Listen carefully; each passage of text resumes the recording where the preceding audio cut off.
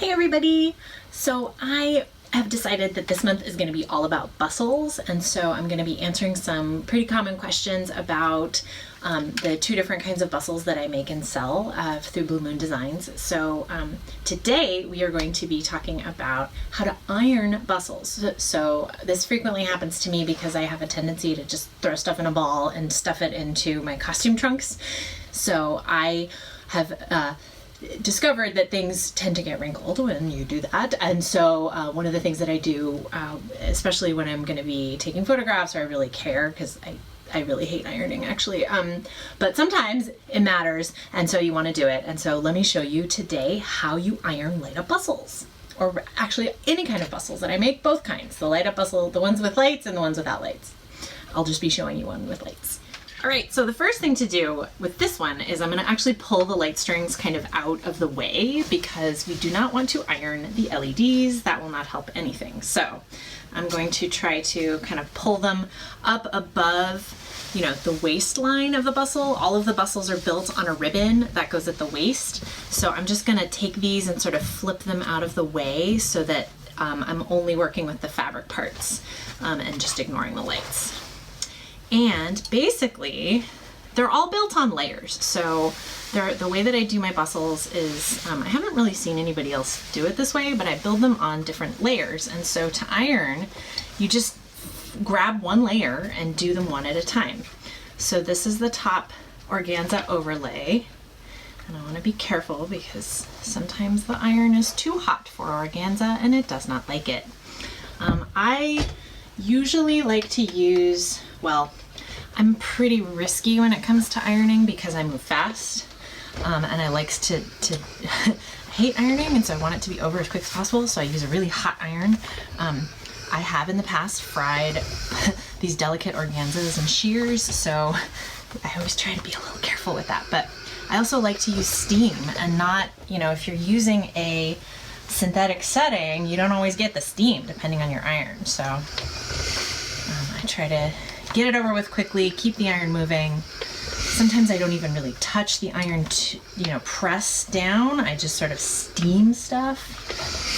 I have a very steamy iron because I got a new one recently and it throws out a lot of steam. So I finished the top layer, and now I'm basically just gonna flip it over to the back and just grab the next one. So the next one is this purple satin. So we'll just run that through really quickly. And I go from sort of short end to short end. And most of the layers have a loop through the center because of how I build them kind of in swags, successive, like, you know, shorter and shorter layers in these sort of swooping loops.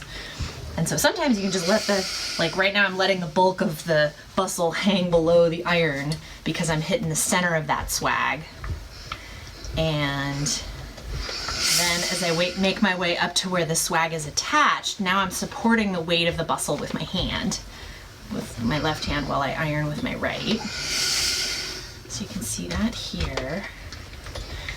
And now that's that second layer done. So flip it around to the back. So now you can see, I tried to use a bustle that has multiple colors so you can kind of see the different things that are going on. Now we're in the middle layer, one of the middle layers, this golden layer. This particular bustle, I call this my peacock colorway, so it's all the different colors you get in a peacock feather.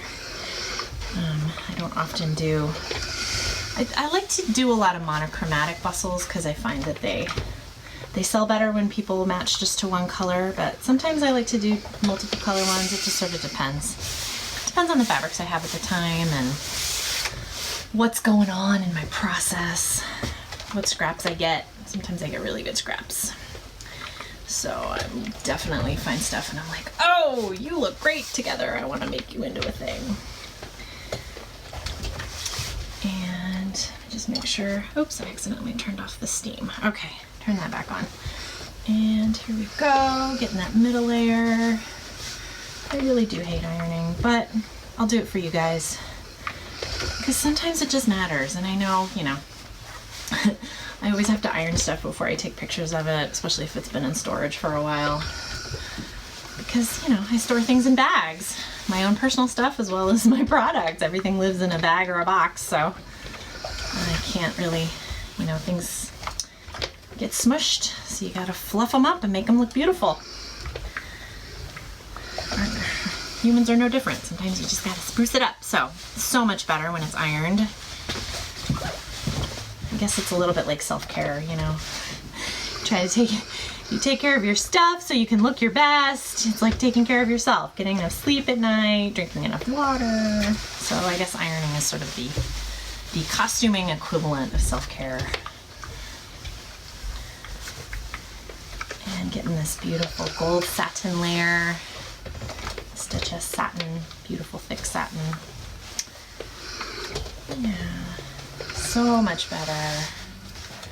Some fabrics definitely show their wrinkles, like satin and organza. So much better when it's ironed.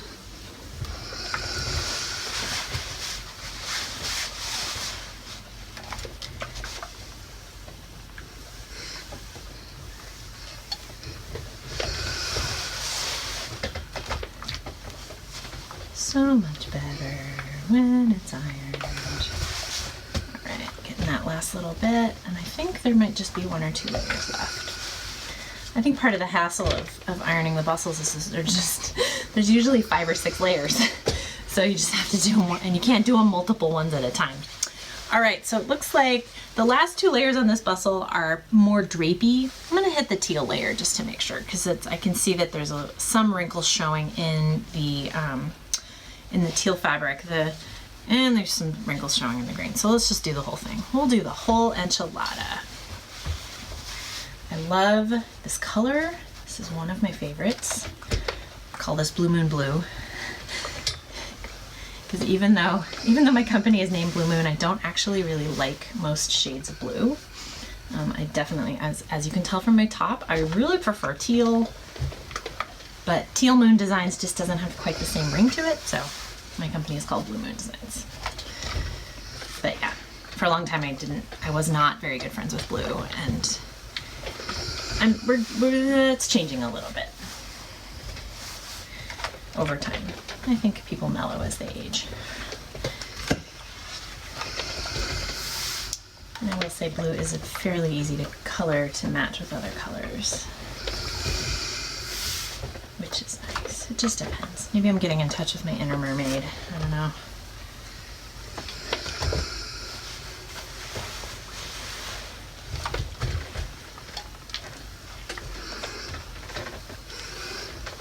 All right, there's the teal layer, and last but not least, this beautiful green, forest greeny, hunter green kind of color. We'll get that one. The longest layer. So if you look closely at the way that the bustles are structured, I use staggered lengths. So the bottom layer is always going to be the longest, and so each successive layer from sort of back to front gets shorter and shorter, which I find, you know, when you layer all those things together, it makes that wonderful kind of sticky outy booty shape, which I think is wonderful.